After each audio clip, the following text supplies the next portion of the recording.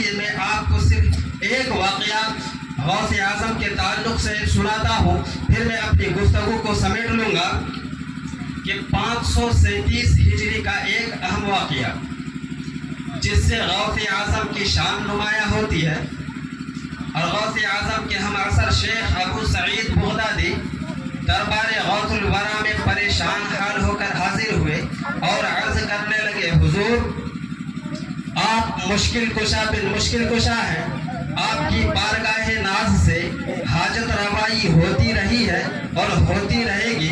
حضور مجھے ایک مشکل نے آ گھیرا ہے، میں اس مشکل گرہ کھلوانے حاضر ہوا ہوں، تاحین حیات آپ کا احسان مند رہوں گا۔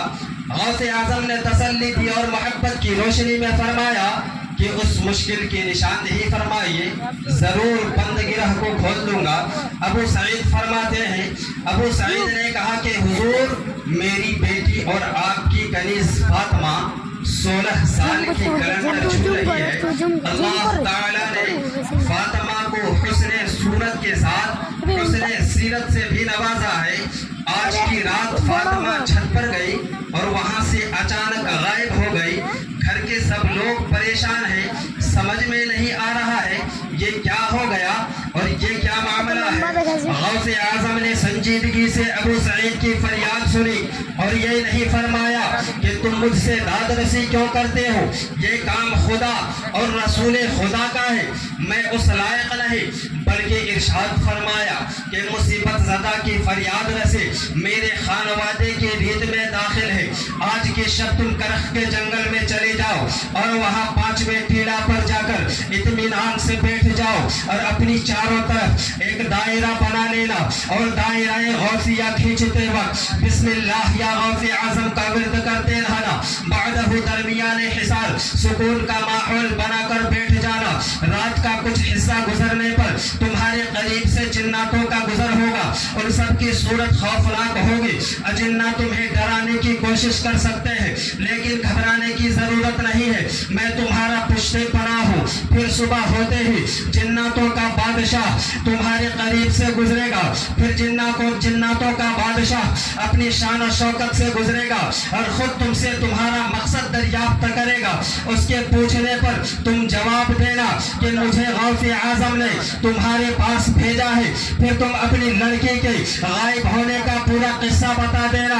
ابو سعید یہ واقعہ سن کر خوشخبری ابو سعید سن کر جھوم اٹھے، دل کی پسماندہ کلی کھل اٹھی، چہرے پر مسرت کے آثار مچلنے لگے اور ایسا لگا کہ ابو سعید کی زہرہ جمال لخت جگر بحافظت واپس آ گئی اور سویا ہوا مقدر جاگ اٹھا۔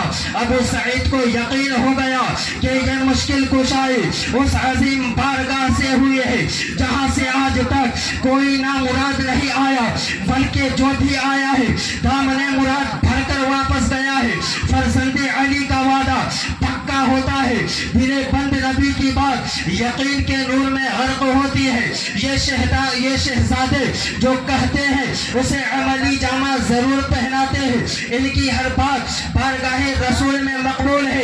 ہم بارگاہ غوث میں یہ کہہ کر خراج عقیدت پیش کرتے ہیں کہ ہمارے دستے تمنا کے لاج بھی رکھنا، تیرے فقیروں میں ایک تاجدار ہم بھی ہیں۔ ابو سعید دل کی دنیا سجا کر رواں دواں ہوتے ہیں، خوشی کے قدموں سے چلنے لگتے ہیں، یقین کے ساتھ کرخ کے جنگل میں 5ویں ٹیلا پر جا کر اطمینان سے بیٹھ جاتے ہیں۔ چند ہی لمحہ بعد وہ سارے مناظر نگاہوں کے سامنے ہوتے ہیں، جناتوں کا گزر ہونے لگتا ہے، جنات گھور کر ابو سعید کو دیکھنے لگتے ہیں۔ ابو سعید کا وہاں بیٹھنا جناتوں پر گرا گزرتا ہے، مگر کوئی جنات دائرہ غوثیہ میں قدم نہیں رکھتا ہے۔ یہ غوث پاک کی کھلی ہوئی کرامت ہے۔ رات بھر یہ سلسلہ چلتا رہا، بالا آخر صبح کی بو پھٹتی ہے، فجر کا اجالا زمین پر پھیلنے لگتا ہے، رات کی سیاہی کافور ہوتی ہے اور اجنوں کا بادشاہ ایک خوبصورت گھوڑے پر سوار ہو کر گزرتا ہے. بادشاہ جن ایک اجنبی چہرہ دیکھتا ہے, ایک آدم ذات کا مشاہدہ کرتا ہے اور پوچھتا ہے کہ تم کون ہو اور یہاں کیوں آئے ہو. ابو سعید گھبراتے نہیں بلکہ سکون کا ماحول بنا کر جواب دیتے ہیں, اطمینان کا دامن تھام کر کہتے ہیں کہ مجھے شاہ جیلا نے آپ کے پاس بھیجا ہے. یہ سن کر بادشاہ احتراماً گھوڑے سے نیچے اتر آتا ہے, زمین ادب چوم کر دائرہ کے باہر مؤدب ہو کر بیٹھ جاتا ہے. بادشاہ کو دیکھ کر اس کے سب ساتھی بھی بیٹھ جاتے ہیں. عجیب منظر تھا, دور دور تک جنات ہی جنات نظر آ رہے تھے. بادشاہ جن کے دریافت کرنے پر ابو سعید بغدادی پورا قصہ بیان کرتے ہیں کہ کس طرح ان کی لڑکی چھت پر گئی اور کیسے یکایک غائب ہو گئی. ابو سعید واقعہ بیان کرتے رہے اور جناتوں کا پورا مجمع غور سے سنتا رہا. ماجرا سن کر بادشاہ نے اپنے ہمرکاب لشکر کی طرف دیکھا اور ڈانٹ کر پوچھا کہ تم میں سے کون ہے جس نے یہ حرکت کی ہے. اجنہ کے لشکروں نے کانوں پر ہاتھ رکھا اور اپنی لا علمی کا اظہار کیا. پھر بادشاہ نے چند سپاہیوں کو حکم دیا کہ جس نے بھی یہ حرکت کی ہے اسے گرفتار کر کے میرے سامنے حاضر کرو. چند ہی منٹ بعد ایک جن بادشاہ کے سامنے لایا گیا جس کے ساتھ وہ غائب لڑکی بھی موجود تھی. اس سے بتایا گیا کہ یہ ملک چین کا جن ہے. بادشاہ نے اس سے پوچھا کہ تجھے کس طرح جرت ہوئی کہ تو نے قطب زمانہ کے رکاب کے نیچے سے چوری کر بیٹھا. چینی جن نے خوف زدہ ہو کر کہا میں پرواز کرتا جا رہا تھا, میں اڑتا جا رہا تھا, میں پرواز کرتا جا رہا تھا کہ اس لڑکی کو چھت پر دیکھا اور اس کے حسن و جمال میں گرفتار ہو گیا اور اسے اٹھا لے گیا. بادشاہ نے سزا کے طور پر اسی وقت اس جن کا سر قلم کر دیا اور لڑکی کو ابو سعید کے حوالے کر دیا. بادشاہ نے اسی وقت اس جن کا سر قلم کر دیا اور لڑکی کو ابو سعید کے حوالے کر دیا. یقیناً یہ غوث اعظم کی کرامت ہے.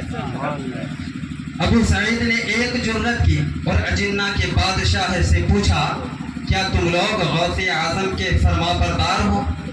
بادشاہ نے جواب دیا بے شک ہم لوگ غوث اعظم کے فرما بردار ہیں اور غوث اعظم گھر بیٹھے ہی ہم سب کو دیکھتے رہتے ہیں.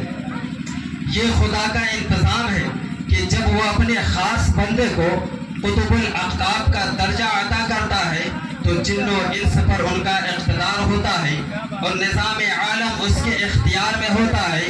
وہ جس طرح چاہتے ہیں نظام کائنات کو چلاتے ہیں اور کائنات کے نظام کو چلاتے ہیں. لا ریب یہ غوث اعظم کی کرامت ہے, غوث اعظم کا اقتدار ہے, غوث اعظم کا اختیار ہے. اور غوث اعظم نہ ہی تبع تابعی ہے, نہ ہی تابعی ہے, نہ ہی رسول کے صحابی ہے, بلکہ غلام علی ہے, خادم نبی ہے, علی کے نور نظر ہے, نبی کے لخت جگر ہے. جب غوث اعظم کا یہ عالم ہے تو رسول اعظم کا عالم کیا ہوگا؟ اسی لیے ہم بارگاہ غوث میں یہ کہہ کر خراج عقیدت پیش کرتے ہیں کہ ان کے غم سے جو پیار ہو جائے زندگی خوشگوار ہو جائے. ایک دیرینہ آرزو ہے میری جان تم پر نثار ہو جائے اور اس نظر سے نوازیے دل کو جو نظر یادگار ہو جائے. حضرات محترم میں اپنی گفتگو کو یہیں پہ سمیٹتا ہوں. وآخر دعوانا الحمدللہ رب العالمین. السلام علیکم ورحمۃ اللہ وبرکاتہ.